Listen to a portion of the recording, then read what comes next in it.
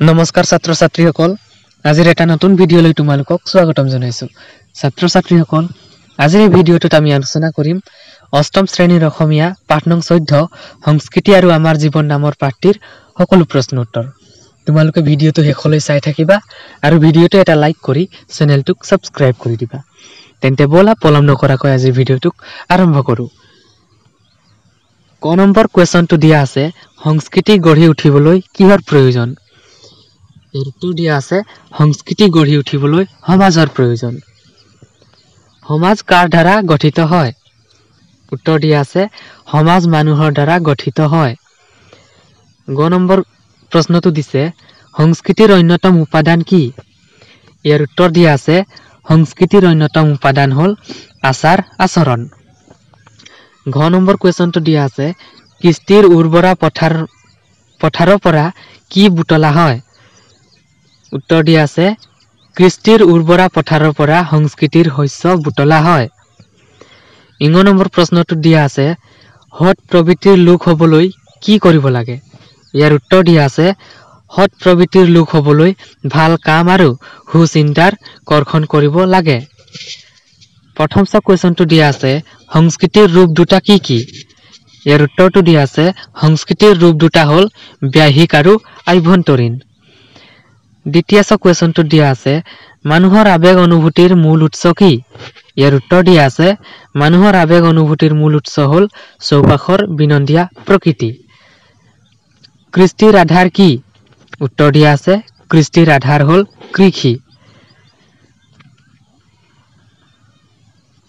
দখনা আৰু চৌবন্দী মূলত কোন কোন জনগোষ্ঠীৰ মহিলাৰ পোছাক ইয়াৰ উত্তৰ দিয়া আছে দখনা আৰু চৌবন্দী মূলত বড়ো আৰু নেপালী জনগোষ্ঠীৰ মহিলাৰ পোছাক কোৱেশ্চন নম্বৰ 2 দিয়া আছে চমু উত্তৰ দিয়া ইয়াৰ কোৱেশ্চন কত দিয়া আছে ৰূপকোঁৱৰ জ্যোতিপ্ৰসাদ আগৰৱালাৰ মতে সংস্কৃতি কি ইয়াত উত্তৰ দিয়া আছে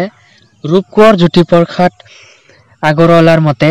যি কথা যি কাম বা চিন্তাই মানুহক বৰ্বৰ প্ৰকৃতিৰ পৰা তুলি নি দিব্য প্ৰকৃতি দিয়ে এই পৃথিৱীখন ধুনীয়া কৰি মানুহক মানুহৰ জীৱনৰ সম্পূৰ্ণ আনন্দ পাবলৈ বাট দেখুৱাই মানুহৰ সেই কথা সেই চিন্তা বা সেই কামেই হৈছে সংস্কৃতি এই উক্তিৰ আধাৰত ক'ব পাৰি যে আমাৰ মানৱ জীৱনক সুন্দৰ আৰু শক্তিমান কৰি তোলা সকলো সুকুমাৰ কলা কাম আৰু গুণ ৰাখিয়েই হ'ল সংস্কৃতিৰ সোপান খ নম্বৰ কোৱেশ্চনটো দিয়া আছে সাংস্কৃতিক বৈচিত্ৰ্যৰ কাৰণসমূহ কি কি ইয়াৰ উত্তৰ দিয়া আছে সাংস্কৃতিক বৈচিত্ৰ্যৰ কাৰণ হিচাপে প্ৰধানকৈ জলবায়ুৰ ভিন্নতা খাদ্য ৰীতিৰ অভ্যাস বা জীৱনশৈলীৰ বৈশিষ্ট্য আদিলৈ আঙুলিয়াব পাৰি গ নম্বৰ কোৱেশ্চনটো দিয়া আছে খাদ্য ৰীতিৰ ভিন্নতাই সংস্কৃতিত কিদৰে প্ৰভাৱ পেলায় ইয়াৰ উত্তৰত দিয়া আছে খাদ্য ৰীতিৰ ভিন্নতাৰ ফলত ঠাইভেদে বেলেগ বেলেগ খাদ্যাভ্যাস গঢ় লৈ উঠে সেইবাবে কোনো এখন ঠাইৰ সংস্কৃতিও এই অনুসৰি গঢ় লৈ উঠে ঠাই তথা জলবায়ু অনুসৰি মানুহৰ খাদ্যাভ্যাস আৰু সেই মৰ্মে খাদ্যবস্তুৰ আহিলাও উপলব্ধ হয় এইদৰে সংস্কৃতি ভিন্ন গঢ় লৈ উঠে ঘ নম্বৰ কোৱেশ্চনটো দিয়া আছে সামাজিক পৰম্পৰাৰ লগত মানুহৰ জীৱনৰ কেনেকৈ বান্ধ খাই পৰে ইয়াৰ উত্তৰত দিয়া আছে সংস্কৃতিৰ অন্যতম উপাদান হ'ল আচাৰ আচৰণ ক'বলৈ গ'লে আচাৰ আচৰণ মানৱ ব্যক্তিগত চিন্তা ভাৱনা উন্মেষিত হোৱাৰ লগতে সামাজিক মানুহ প্ৰতিফলিত হয় ভিন্ন সামাজিক পৰিৱেশৰ কাৰ্যৰ লগত জড়িত হৈ পৰে আৰু সেই কাৰ্য সমাপন কৰিবলৈ যাওঁতে নিজৰ ৰুচি আচৰণ আদি প্ৰকাশ কৰে লাহে লাহে সামাজিক পৰম্পৰাৰ লগত মানুহৰ জীৱন বান্ধ খাই পৰে সাধাৰণতে পৰম্পৰাই অৰ্থনৈতিক সামাজিক ধৰ্মীয় নান্দনিক ভাষা সম্পৰ্কীয় দিশবোৰ সাঙুৰি লয় পৰম্পৰাগতভাৱে ব্যক্তিয়ে সামাজিক ৰীতি নীতি আচাৰ ব্যৱহাৰৰ অভ্যাস কৰে আৰু আচৰণৰ অনুশীলন কৰে এনে অভ্যাসে তেওঁক সমাজৰ কল্যাণৰ দিশত অগ্ৰসৰ হোৱাত সহায় কৰে 3 নম্বৰ কোৱেশ্চনটো দিয়া আছে ক বাহ্যিক আৰু আভ্যন্তৰীণ সংস্কৃতিৰ প্ৰভেদ উত্তৰ সংস্কৃতিৰ দুটা ৰূপ এটা বাহ্যিক আৰু আনটো আভ্যন্তৰীণ যিটো ৰূপ আমি বাহিৰৰ পৰা দেখা পাওঁ সেইটো হৈছে বাহ্যিক ৰূপ আনহাতে অন্তৰ্নিহিত হৈ থকা ৰূপটো হৈছে আভ্যন্তৰীণ ৰূপ নৃত্য এটি পৰিবেশন কৰোঁতে যিবোৰ কলা কৌশল যুক্ত হৈ থাকে সেইটো হৈছে বাহ্যিক ৰূপৰ ভিতৰুৱা কিন্তু সেই নৃত্যৰ ৰসাস্বাদন কৰি লভা বিমল আনন্দই হৈছে আভ্যন্তৰীণ ৰূপৰ অন্তৰ্গত ধুনীয়াকৈ সাজ পোছাক পিন্ধা আনন্দই হৈছে আভ্যন্তৰীণ ৰূপৰ অন্তৰ্গত ক্ষমা কৰিবা ধুনীয়াকৈ সাজ পোছাক পিন্ধা কাৰ্য বাহ্যিক সংস্কৃতিৰ পৰিচায়ক কিন্তু আনৰ প্ৰতি দেখুওৱা আন্তৰিক আচৰণ আভ্যন্তৰীণ সংস্কৃতিৰ অমল উৎস সেইবাবে ক'ব পৰা যায় যে আভ্যন্তৰীণ সংস্কৃতিৰ সৈতে আমাৰ দৃশ্যভংগী আৰু মূল্যবোধসমূহ যথা উচিত অনুচিত ন্যায় অন্যায় কৰণীয় অকৰণীয় আদি সংযুক্ত হৈ থাকে এয়াই বাহ্যিক আৰু আভ্যন্তৰীণ সংস্কৃতিৰ প্ৰভেদ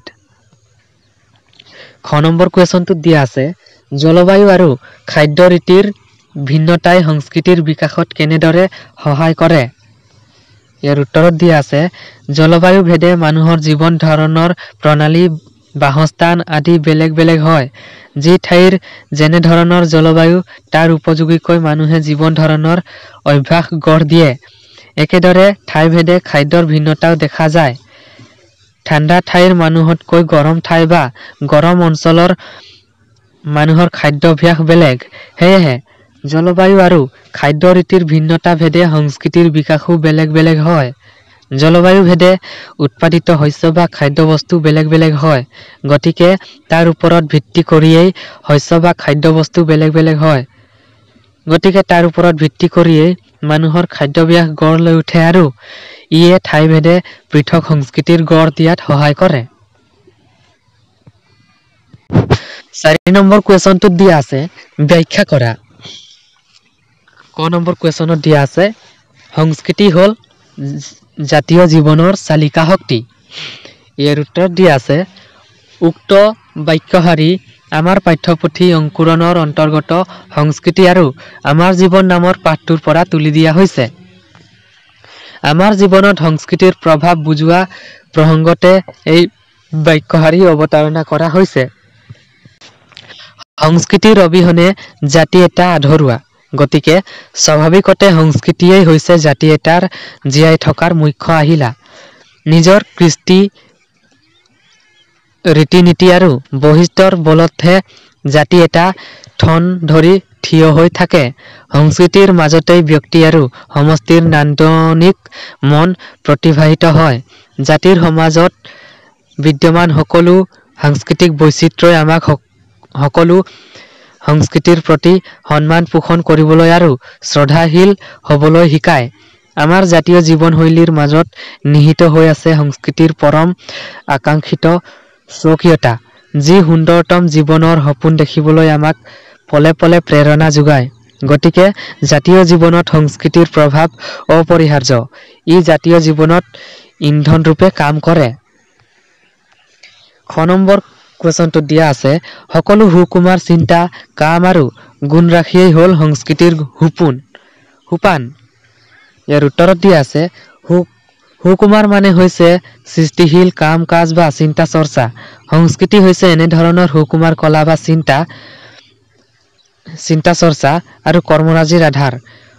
কলাসুলভ কাম কাজ অথবা চিন্তা চৰ্চাই মানুহৰ জীৱনক সুন্দৰ কৰি গঢ়ি তোলাত সহায় কৰে এনে ধৰণৰ চিন্তা চৰ্চা হৈছে ধনাত্মক ভাৱনাৰ আধাৰ এই সকলো চিন্তা কাম বা গুণ ৰাখি মিলিয়েই সংস্কৃতি গঢ় লৈ উঠে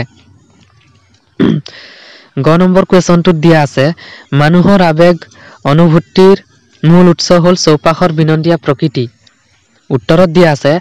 প্ৰকৃতিৰ পৰা আমি কল্পনাৰ ৰহন আৰু সৃষ্টিৰ খোৰাক আহৰণ কৰোঁ হৰিণ এটি জঁপিয়াই পাৰ হৈ গ'লে তাৰ ছন্দময় খোজটোত কবিয়ে সৃষ্টিৰ উৎস বিচাৰি পায় লাভ কৰে অনাবিল উৎসাহ আমাৰ ব্ৰহ্মপুত্ৰ আৰু বৰাক উপত্যকাক সামৰি থকা বিভিন্ন গছ গছনি পাহাৰ পৰ্বত ভৈয়াম আৰু চৌপাশৰ সেউজীয়াৰ মাজতেই নিহিত হৈ থাকে সৃষ্টিৰ খোৰাক আৰু জীয়াই থকাৰ প্ৰেৰণা এনেদৰে প্ৰকৃতিৰ বিনন্দীয়া পৰিৱেশৰ পৰাই আমি জীৱন ধাৰণৰ প্ৰয়োজনীয় উপাদানসমূহৰ লগতে অফুৰন্ত সাহস আৰু প্ৰেৰণাও পাওঁ জীৱনটো অতিবাহিত কৰাৰ কাৰণে। 5 নম্বৰ কুৱেশ্যনত দিয়া আছে কৃষ্টি আৰু স্তুতি শব্দৰ শেষৰ টি ধ্বনিৰ মিল থকা শব্দ লিখা। উত্তৰত দিয়া আছে কৃষ্টি, দৃষ্টি, সৃষ্টি, বৃষ্টি, পুষ্টি, সন্তুষ্টি। স্তুতি, নতি, উন্নতি, অৱনতি, গতি, প্ৰতি, ৰাতি। 6 নম্বৰ কুৱেশ্যনত দিয়া আছে সংস্কৃতি, সমযোগ, কৃতি। এনেধৰণৰ শব্দৰ আগত সম উপসৰ্গ যোগ কৰি সংস্কাৰ, সংযম, সন্ন্যাস, সঞ্চয় আদি শব্দ লিখিব পাৰোঁ। তেনেধৰণে তলত দিয়া উপসৰ্গৰ সহায়ত 5টাকৈ শব্দ লিখি বাক্য সাজা। ইয়াৰ উত্তৰত দিয়া আছে প্ৰতি। প্ৰতিৰ উত্তৰত দিয়া আছে প্ৰতিবাদ। কৃষকসকল প্ৰতিবাদ কৃষকসকলৰ প্ৰতিবাদে দেশখন উত্তাল কৰিছিল। প্ৰতিকাৰ, বেমাৰৰ প্ৰতিকাৰ বিচাৰি তেওঁ বেজৰ ওচৰলৈ গৈছিল। প্ৰতিশোধ, নিজৰ প্ৰতিশোধ পূৰাবলৈ তেওঁ নিকৃষ্ট কাম কৰিবলৈ কুণ্ঠাবোধ নকৰে। প্ৰতিশ্ৰুতি, জনপ্ৰতিনিধিজনে নিজৰ প্ৰতিশ্ৰুতি পালন কৰাত ব্যৰ্থ হৈছিল। প্ৰতিলিপি, নাট প্ৰতিযোগিতাৰ প্ৰতিলিপি জমা দিয়াৰ বাবে বিচাৰকে প্ৰতিযোগীসকলক আহ্বান জনাইছিল। অৱলম্বন, বানপানীৰ পৰা ৰক্ষা পাবলৈ সিহঁতে বাঁহৰ চাংঘৰ অৱলম্বন কৰিছিল। অৱকাশ, দুৰ্যোগৰ সময়ত বিপদৰ অৱকাশ নাথাকে। অৱতৰণ, বিমানখন অৱতৰণ কৰিবলৈ লোৱাৰ সময়তেই দুৰ্ঘটনাটো ঘটিছিল। অৱৰোধ, অৱৰোধকাৰীসকলে ঘাইপথ অৱৰোধ কৰি ৰাখিছিল। অৱতাৰ, কল্কিক বিষ্ণুৰ দশম অৱতাৰ বোলা হয়। অনুৰূপ, কবিতাটো অনুৰূপ ৰূপত তুলি দিয়া হৈছিল। অনুৰোধ, মোৰ অনুৰোধ ৰক্ষা কৰি তেওঁ সভাখনলৈ আহিছিল। অনুগ্ৰহ কৰি পানী এগিলাচ আনিবানে? অনুভৱ, এই সম্পৰ্কত তোমাৰ অনুভৱখিনি কেইটামান শব্দত প্ৰকাশ কৰা। অনুশোচনা, ভুলৰ অনুশোচনাত তেওঁ দগ্ধ হৈছিল। বিশ্বাস, হেৰাই যোৱা বিশ্বাস ঘূৰাই পোৱাটো টান। বিশিষ্ট, সভাখনত তেখেতক বিশিষ্ট অতিথিৰূপে আমন্ত্ৰণ কৰা হৈছিল। বিশেষ, জন্মদিনটো আৰু অধিক বিশেষ কৰি তোলাৰ বাবে মই সকলোকে বহুত ধন্যবাদ জ্ঞাপন কৰিছোঁ। বিকাশ, দেশ এখনৰ বিকাশৰ প্ৰধান উপাদান হৈছে শিক্ষা। বিখ্যাত,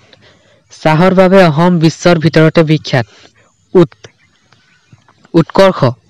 ছাত্ৰ ছাত্ৰীৰ সকলো ধৰণৰ উৎকৰ্ষ সাধনৰ বাবে শিক্ষকসকলে চেষ্টা কৰা উচিত। উৎসৰ্গা, বঁটাটি তেখেতে স্বৰ্গগামী মাকৰ নামত উৎসৰ্গা কৰিছিল। উৎসৱ, বিহু অসমৰ জাতীয় উৎসৱ। উৎসাহ, পৰীক্ষাত ভাল ফলাফল দেখুওৱাৰ বাবে তেখেতে ছাত্ৰ ছাত্ৰীসকলক বাৰুকৈ উৎসাহ যোগাইছিল। উৎখাত, দুৰ্নীতিৰ শিপা উৎখাতৰ বাবে চৰকাৰে ব্যৱস্থা হাতত লৈছিল। পাঠ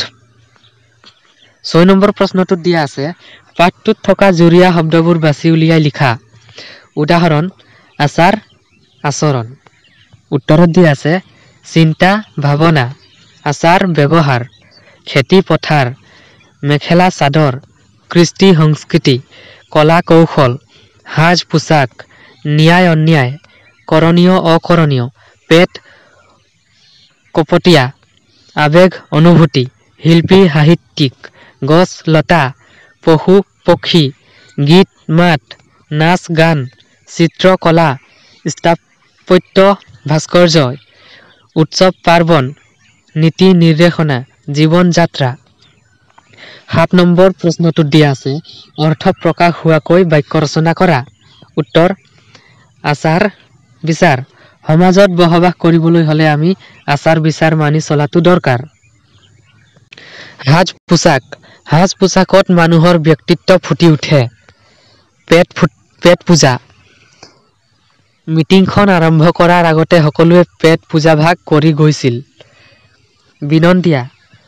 উদ্যানখনৰ বিনন্দিয়া পৰিৱেশে সকলোকে আনন্দিত কৰিছিল উৎসৱ পাৰ্বণসমূহে মানুহৰ মাজত সম্প্ৰীতি বৃদ্ধি কৰে